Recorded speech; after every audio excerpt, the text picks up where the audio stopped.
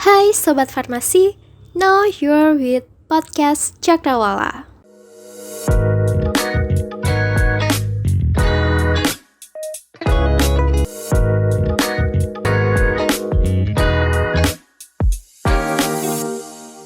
Halo Sobat Farmasi Universitas Jember, balik lagi di Podcast Cakrawala. Gak kerasa ya, episode kali ini sudah merupakan episode terakhir kita nih di periode Kabinet Abipraya Cakrawala. Langsung saja di episode kali ini, kita bakalan ngobrol dengan Departemen PSDM yang menaungi tentang pengkaderan dan personalia. Halo kakak-kakak, halo Kak Opi, Kak Adel, dan Kak Syarif. Terima kasih telah menyempatkan waktunya untuk ngobrol bareng kita di sini. Halo juga Mel, halo Bagas. Hai Kastrat, Mbak Melinda. Halo teman-teman Kastrat. Oke, nah kali ini kita dengan Departemen PSDM nih. Mungkin teman-teman paling familiar sama PSDM karena Galenika ya. Ya benar banget, Galenika ini dipegang oleh kakak-kakak PSDM.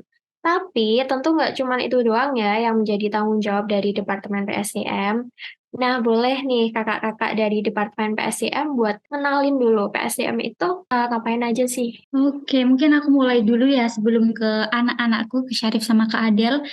Jadi apa sih PSDM? Oke, kita secara definisi aja ya, secara kepanjangan ya, pengembangan sumber daya mahasiswa. Yang mana kita melakukan pengkaderan, baik pengkaderan di BEM sendiri, pengkaderan di Isma Farsi, kayak gitu. Nah, gimana sih caranya PSDM itu menyeimbangkan antara kader-kader yang ada di BEM dengan kader-kader yang ada di luar BEM? Pengkaderan kan nggak hanya melulu tentang, oh berarti kader yang ada di BEM banyak, oh berarti pengkaderannya bagus. Oh, berarti pengkaderan di luar BEM tuh banyak, berarti pengkaderan bagus. Kan nggak hanya melulu tentang itu, tapi gimana caranya kita menyeimbangkan antara pengkaderan di internal kita sendiri dan pengkaderan di luar BEM, kayak gitu ya. Balik lagi ke PSDM, nggak hanya tentang pengkaderan, tapi PSDM juga ini ada personalia. Yang mana personalia ini apa sih? Jadi personalia di PSDM tuh kayak BK-nya BEM gitu.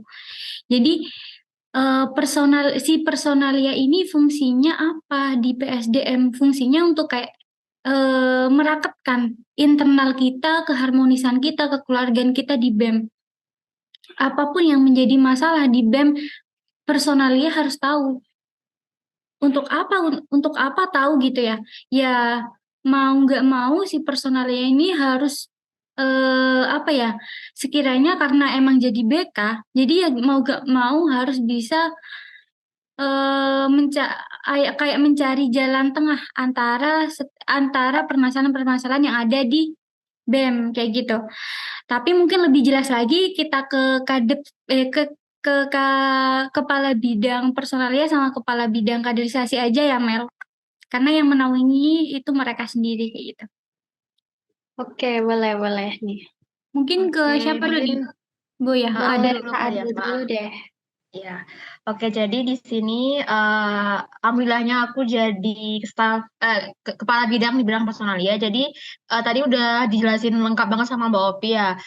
Personalia itu apa sih? Jadi ya sama seperti yang dibilang Mbak Opi tadi, personalia itu lebih ke internalnya yang ada di BEM gitu. Beda sama kaderisasi yang itu udah sampai ke keluar gitu. Jadi gimana sih kita menciptakan kondisi organisasi yang hangat, yang baik itu tuh salah satu tugas dari personalia. Jadi personalia itu bisa jadi tempat curhatnya teman-teman BEM, bisa jadi diminta konsultan gitu nanya-nanyain tentang ini gimana jalan keluarnya, itu bisa di personalia gitu. Jadi aku sendiri juga merasa jadi lebih dekat sama teman yang lain juga sejak ada di personalia gitu.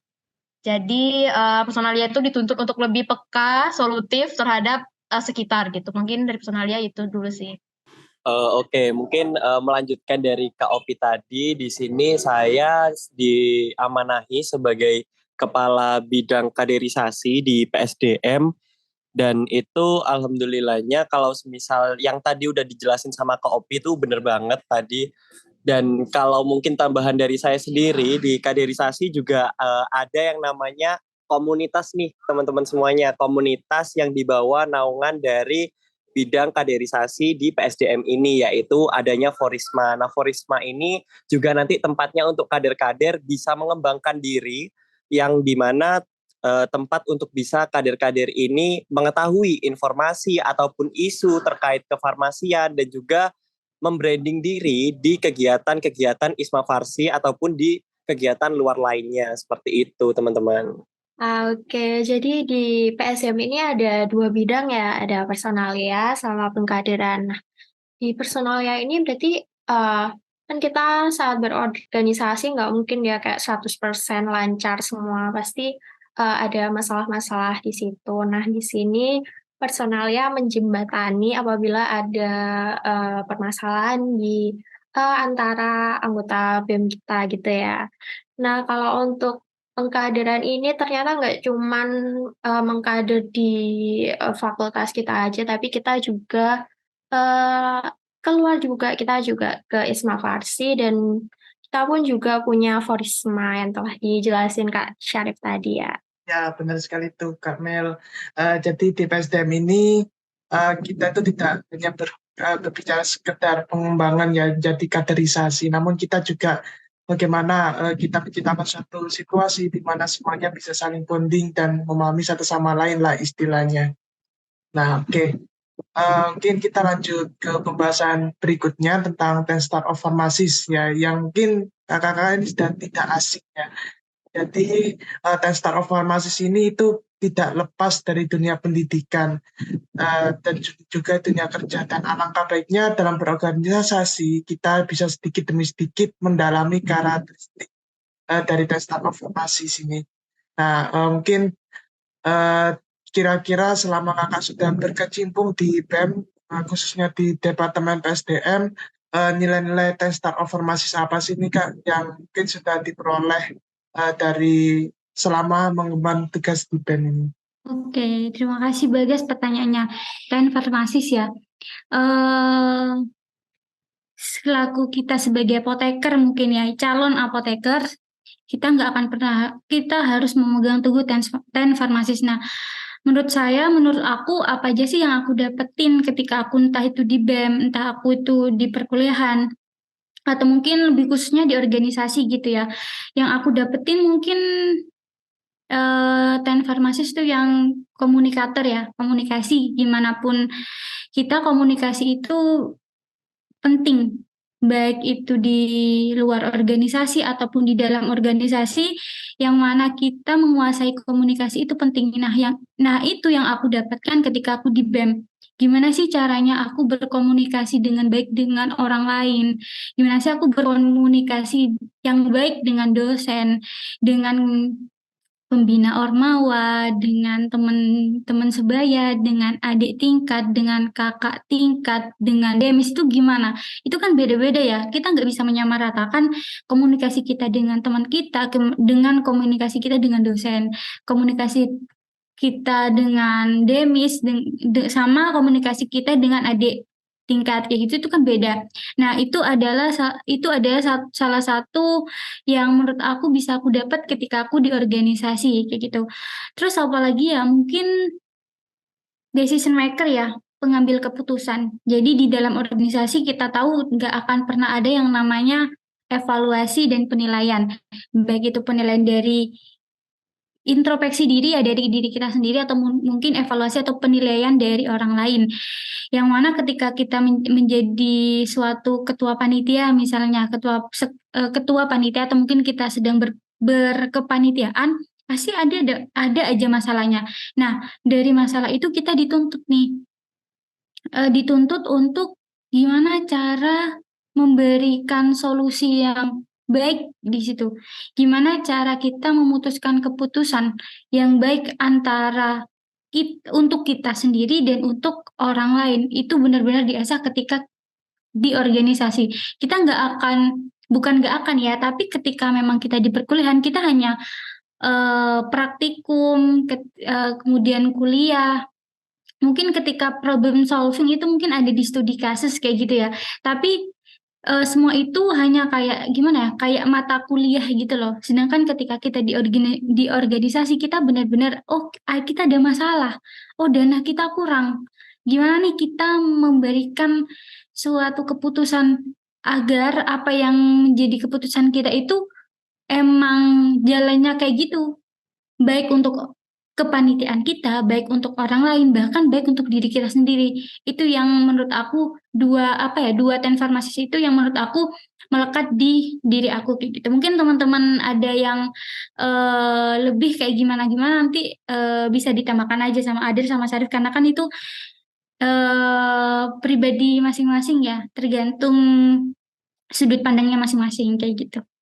Oke, di sini aku mau menyambung dari jawabannya Mbak Opi tadi, kan pertanyaannya nilai 10 star of pharmacist yang didapatkan sama mengemban tugas di BEM ya. Jadi jujur ada banyak hampir semuanya itu dapat gitu. Tapi ini yang aku highlight selama aku menjadi personalia di PSDM. Jadi nilai-nilai yang aku dapetin itu seperti caregiver gitu. Jadi kayak gimana kita tuh peduli terhadap sekitar. Kita tuh lebih ibaratnya meningkatkan kepedulian itu lebih dari biasanya gitu. Karena permasalahan atau kendala-kendala dalam berproker, dalam berorganisasi itu kan nggak selalu mulus gitu, jadi selalu ada. Jadi harus tuntut untuk lebih peka, untuk lebih, oh ternyata lagi gini ya kondisinya, ternyata aku harus gini. Nah itu berhubungan juga sama decision maker gitu. Apa sih hal tindakan yang harus aku lakukan gitu akan sebuah masalah ini gitu. Itu juga ada hubungan sama nanti komunikator. Jadi gimana menjalin komunikasi yang baik atas sama teman gitu. Karena kan beda orang, beda cara menghadapinya ya. Jadi itu dituntut juga untuk belajar cara berkomunikasi dengan orang tuh gimana gitu. Terus juga selain yang di personalia, aku juga dapat nilai 10 of pharmacy itu seperti manajer. Jadi di BEM ini khususnya, gimana sih cara memanajemen waktu, cara mengatur antara, oh ini prioritas yang utama harus kerjakan dulu, oh ini selanjutnya gitu, harus bisa. Jadi aku dituntut harus untuk terus bisa mengatur skala prioritas gitu. Karena kita sebagai organisasi ini kan udah menjadi konsekuensi ya. Ibaratnya kayak nambah tugasnya nambah lagi gitu. Jadi cara manajemen waktunya juga harus dituntut lebih ekstra dibanding teman-teman yang lain. Dan juga yang terakhir mungkin lifelong learner. Jadi dituntut untuk belajar terus, dituntut untuk tiap hari semakin banyak ketemu hal-hal baru, itu juga membuat aku jadi semakin terus untuk terus belajar terus gitu. Oke, mungkin kalau dari aku pribadi ya terkait 10 Star of Pharmacy ini, menurut aku pribadi itu mungkin ada 4 poin utama sih yang udah aku peroleh dalam mengikuti organisasi di Badan Eksekutif Mahasiswa ini. Nah, jadi yang contohnya yang pertama itu ada decision maker, mungkin sama seperti Kak Opi, Kak Adel, itu terkait salah satu poin penting gitu. Kita bisa berprogres di dalam suatu organisasi yaitu dengan mampu membuat keputusan yang baik, cepat, dan tepat. Seperti itu. Jadi untuk yang kedua itu kalau saya sendiri ada komunikator. Dengan kita mengikuti organisasi, kita juga harus bisa gitu berani berbicara di depan orang banyak untuk bisa menjelaskan dan memberikan pemahaman kepada orang lain. Maka dari itu mengikuti organisasi ini tuh sangat penting sih agar bisa terlatih. Dan selanjutnya poin ketiga itu ada manajer. Jadi di organisasi ini kita bisa belajar memanage waktu dan tenaga kita sendiri untuk bisa fokus ke dalam organisasi tanpa meninggalkan kegiatan akademik yang memang kita sebagai teman-teman perkuliahan atau mahasiswa seperti itu, kita juga harus bisa fokus ke kegiatan akademik atau perkuliahan kita. Karena itu yang nantinya menjadi modal awal untuk kita bisa nanti melakukan manajemen di tempat kerja dengan baik. Nah, mungkin poin yang keempat itu kita harus bisa sebagai menjadi agent of positive change kayak gitu. Jadi kita harus bisa berani untuk membawa perubahan yang baik bagi masyarakat semuanya, terutama di bidang kesehatan. Jadi kita harus bisa memulai dari diri kita terlebih dahulu untuk bisa berbuat untuk menjadi agent of positive change itu tersendiri. Seperti itu, teman-teman. Oke, baik. Jadi kurang lebih seperti itu teman-teman, di PSDM ini kita juga bisa mempelajari beberapa poin penting mengenai 10 Star of Pharmacist, terutama mengenai skill communicator, decision maker, dan agent of positive change. Dan ya, untuk mendukung tercapainya tes transformasi ini, pastinya suatu departemen atau biro itu mempunyai suatu inovasi yang menarik nih, terutama pada periode yang sekarang. Nah, mungkin dari Departemen PSDM, apakah ada beberapa inovasi menarik nih yang bisa disampaikan? Oke, inovasi proker kah apa gimana nih? Terserah Kak, mungkin broker atau yang lain nggak apa-apa. Oke. Di PSDM sendiri ya di periode ini, ya Allah udah akhir periode banget ya. Di periode PSDM ini ada beberapa sih inovasi, tapi inovasi ini lebih ke upgrade. Lebih ke upgrade apa sih yang kurang dari PSDM tahun lalu gitu. Apa sih yang memang harus dievaluasi dan harus dibenahi. Biar apa dibenahi ya? Biar eh kita itu sebagai periode yang baru nggak kayak hanya nyontoh periode lama, nggak gitu. Tapi kita setiap periode baru, setiap kabinet itu pasti punya inovasinya masing-masing gitu ya. Ada beberapa proker di BSDM mungkin yang nanti Syarif sama Adil mau nambahin ya. Ada beberapa proker PSDM yang ya pertama di-upgrade gitu ya. Yang pertama ada di toksin. Mungkin teman-teman kasar juga tahu ya. Toksin itu tiap tahunnya itu selalu hanya narasi yang yang di post di IG nanti dibaca kayak gitu. Tapi dari situ kita evaluasi apa benar di toksin itu dengan toksin dengan metode kayak gitu menarik minat yang baca, apakah iya kayak gitu. Jadi kita evaluasi. Nah ternyata ada saran nih dari teman-teman PSDM juga, kenapa nggak kita jadikan podcast? Terus kenapa nggak dicariin tema yang lebih menarik? Kayak gitu. Jadi kita upgrade dari toksin yang tahun lalu menjadi toksin yang tahun sekarang jadi podcast. Nah, alhamdulillahnya juga 3 tema yang kita pikirkan ya, yang kita buat. Yang pertama waktu itu tema tentang pemilihan bidang skripsi, yang kedua tentang bagaimana sih menjadi mahasiswa produktif, dan yang terakhir kemarin baru rilis juga itu tentang milih kerja atau S2 dulu nih. Kayak gitu. Nah, dari situ kita juga open pertanyaan di Instagram. Nah, alhamdulillah juga banyak banget yang tanya di Instagram. Di Instagram, lalu kita tanyakan ke narasumber. Dari situ aja kita udah tahu, oh ternyata ketertarikan ketertarikan terkait toksin itu juga berdasarkan dari tema yang kita bikin. Kayak gitu. Itu yang pertama ya mungkin toksin. Terus ada lagi terkait APO SD binaan. Jadi SD binaan itu sebenarnya bukan inovasi, tapi itu agak upgrade dari tahun-tahun sebelumnya. Kenapa di-upgrade? Karena emang 2 tahun SD binaan ini agak vakum kayak gitu. Jadi SD binaan itu 2 tahun yang lalu emang bukan belum terlaksana ya, tapi emang tidak terlaksana karena memang kemarin-kemarin kondisinya kan COVID, kita juga tidak memungkinkan untuk proker offline. Jadi baru tahun ini SD binaan diangkat lagi di Forisma, diramekan lagi di Forisma, diramekan sama anak-anak Forisma. Alhamdulillah SD binaan juga terlaksana di SD Paseban di awal-awal periode sih, kayaknya bulan Maret, April, Mei kayak gitu. Itu untuk SD binaan. Mungkin yang terakhir ini ada Best Staff of 3 Months. Ini adalah suatu inovasi juga ya dari PSDM periode ini, tapi bukan inovasi yang barusan banget, tapi emang sebenarnya itu udah kita pikirkan dari dulu, cuman kita bingung gimana cara mengukur parameter, oh anak ini pas nih jadi best staff periode ini, best staff bulan ini misalnya. Kita masih mikir gimana ya caranya. Baru dari pemikiran-pemikiran, dari ide-ide yang teman-teman kasihkan, itu kita baru berani membuat proker itu di periode ini kayak gitu. Mungkin teman-teman Kasra juga udah tahu ya best staff of 3 months yang kita yang pertama, terus yang kedua mungkin abis ini juga rilis yang ketiga kayak gitu. Itu aja sih mungkin kalau misalnya ada tambahan dari Adil sama Syarif juga boleh banget. Bagaimana Kak Syarif dan ada mungkin ada beberapa tambahan nih? Kurang lebih udah dijelasin banget tadi sama Kak Opi terkait inovasi di bidang kaderisasi, yaitu adanya salah satu itu SD binaan tadi ya.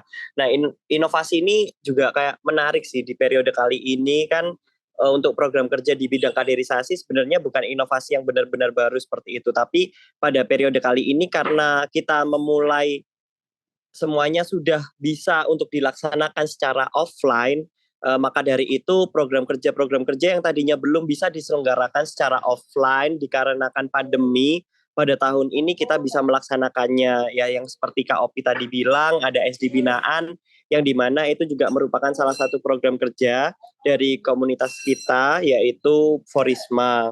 Nah, alhamdulillahnya juga pada tahun ini kegiatan tersebut kita bisa laksanakan di sekolah dasar di daerah pesisir Jember yang tadi sudah disampaikan oleh Kak Opi, ada SD Negeri 3 Paseban. Dengan kegiatan ini kita jadi bisa nih memperkenalkan berbagai hal terkait kefarmasian kepada adik-adik sekolah dasar yang ada di sana. Kita senang banget sih kemarin bisa memberikan informasi terkait cuci tangan yang benar, tanaman obat keluarga, dan penyampaian terkait dagu sibu obat kepada adik-adik yang ada di sana. Nah, itu juga merupakan yang tadi salah satu dari 10 Star of Pharmacy, Agent of Positive Change. Jadi kita benar-benar bisa menerapkan gitu kepada adik-adik kita nih yang kecil-kecil terkait perubahan-perubahan kecil yang baik untuk masyarakat, apalagi di bidang kesehatan itu sendiri. Oh, oke. Jadi keren banget ya ini dari Departemen PSDM. Setuju sih, inovasi itu kita bisa dari upgrading proker-proker kita yang sebelumnya mungkin dari evaluasinya gimana yang tahun lalu kita perbaiki gitu ya di periode ini. Terus ada tadi disebutin ada toksin, ada SD binaan itu selain kita berorganisasi di situ, tentu itu dari proker itu juga bermanfaat bagi anak-anak di SD binaan juga itu. Dan juga untuk toksin bisa bermanfaat bagi teman-teman farmasi kita. Oke, nah bener tadi kata Kak Opi, ini kita udah di akhir periode banget ya. Jadi ini ada pertanyaan terakhir di episode terakhir kita juga. Oke, karena kakak-kakak PSDM kan ada personalia ya, di mana itu saling mengenal satu sama lain di BEM. Nah, mungkin ada kesan atau pesan yang ingin disampaikan kepada kabinet kita nih. Mungkin dari Kak Opi dulu. Jujur ya, sebenarnya nggak mau ngasih kesan-pesan karena emang nggak mau berpisah. Tapi ya gimana lagi, setiap ada kabinet terbentuk pasti ada lengsernya kayak gitu ya. Tapi ya semoga apa ya, mungkin saran aja ya, bukan saran sih, masukan aja mungkin buat teman-teman yang kabinet di tahun yang udah 2 tahun, mungkin yang baru masuk itu akan jangan sampai kalian gak terus di kabinet yang setelahnya. Kita sebagai mbak-mbak di sini tetap memantau kalian, apapun yang terjadi sama kalian, kita akan terbuka lebar ketika kalian emang minta solusi. Mbak ini gimana? Mbak ini kayaknya harus kayak gimana? Kita selalu terbuka lebar untuk itu kayak gitu. Terus aku juga mungkin mau ngucapin terima kasih banget untuk PSDM, terutama juga untuk anak-anakku gitu ya. Kemudian untuk kabinet kita, kabinet Abi Praya Cakrawala, dari kabinet ini aku belajar kalau misalnya semua orang punya sudut pandang masing-masing, semua orang punya permasalahan masing-masing, dan semua orang punya caranya untuk berkepanitiaan. Jadi dari situ aku mengenal, oh anak ini kayak gini ya, oh proker ini kayak gini, oh cara mutusin itu kayak gitu. Jadi banyak banget yang aku pelajarin dari situ, dari kabinet. Ya aku nggak akan pernah mungkin lupa terkait suka dukanya di kabinet ini ya. Semoga aja BEM tetap jaya. Meskipun kita nanti ya di angkatan 2019 kan udah banyak yang lengser ya. Semoga aja BEM ini tetap maju, tetap jaya dengan inovasi-inovasi yang adik-adik berikan. Kayak gitu aja dari aku. Mungkin dari Sarif sama Adel. Oke, kalau dari aku pesan-pesannya untuk teman-teman, jangan pernah takut untuk cerita apapun itu, karena kalian punya personalia, jadi manfaatkan personalia dengan sebaik mungkin. Jadi kalau ada keluh kesah apapun itu bisa langsung cerita gitu. Siapa tahu ada solusi-solusi yang bisa kami berikan. Terus juga semoga kita selalu raket, selalu terus tetap hangat, selalu tetap bersama-sama. Terus juga jangan ada yang keluar atau apa gitu. Pengennya tetap terus sama-sama terus gitu. dan juga terus semangat dalam berproker. Walaupun kita udah mulai offline ya, mungkin tenaganya udah mulai ekstra kepake. Jangan pernah capek boleh, tapi istirahat, jangan berhenti gitu sih. Jadi semangat terus untuk teman-teman yang ada di kabinet saat ini dan untuk kedepannya lagi. Intinya semangat deh gitu. Oke, kalau dari aku kesan pesannya yang pertama ucapan terima kasih yang sebanyak-banyaknya untuk Kadep aku sendiri, Kak Opi Fazila yang udah bener-bener bisa membuat PSDM periode kali ini kita bener-bener bisa bekerja bareng, kita bener-bener bisa saling ngerti satu sama lain, kita bisa cerita satu sama lain, kita bisa ngerti dan evaluasi diri untuk lebih baik ke depannya. Dan juga terima kasih kepada kakak-kakak semuanya yang sudah membantu dan membimbing saya dan juga teman-teman ataupun adik-adik yang ada di dalam satu periode kepengurusan di Badan Eksekutif Mahasiswa ini sendiri.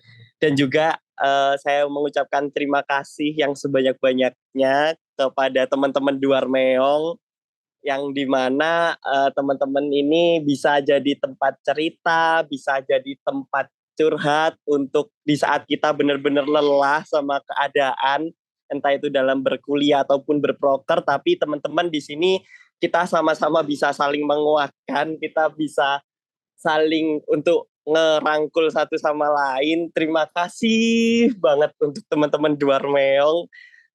Tanpa kalian pun juga menurut saya pribadi, saya nggak akan bisa ada di titik ini. Seperti itu. Terima kasih semuanya. Wow, saya speechless mendengar berbagai kata-kata dari kakak-kakak sekalian ya, dan juga ya merinding juga ya mendengarnya. Dan ya ini sudah jadi sudah akhir, namun juga menjadi awal sekalian. Dan ya saya harap semoga pesan-pesan yang disampaikan oleh kakak-kakak bisa menyertai kita lah hingga ke depannya. Dan ya itu adalah pertanyaan terakhir dari kita. Mungkin sekian dulu ya obrolan kita kali ini, Kak. Sebenarnya kami ucapkan terima kasih pada Kak Opi, Kak Adel, Kak Syarif untuk waktunya, dan juga kami ucapkan terima kasih Departemen PSDM karena telah menyempatkan waktu untuk berbagi pengalamannya. Yang mungkin semoga kita semua bisa dapat insight dan pelajaran dari pembahasan kita tadi ya. Dan saya dan rekan saya Kak Melinda pamit undur diri, dan saya ucapkan terima kasih, arigato, thank you, Abi Praya Cakrawala, see ya.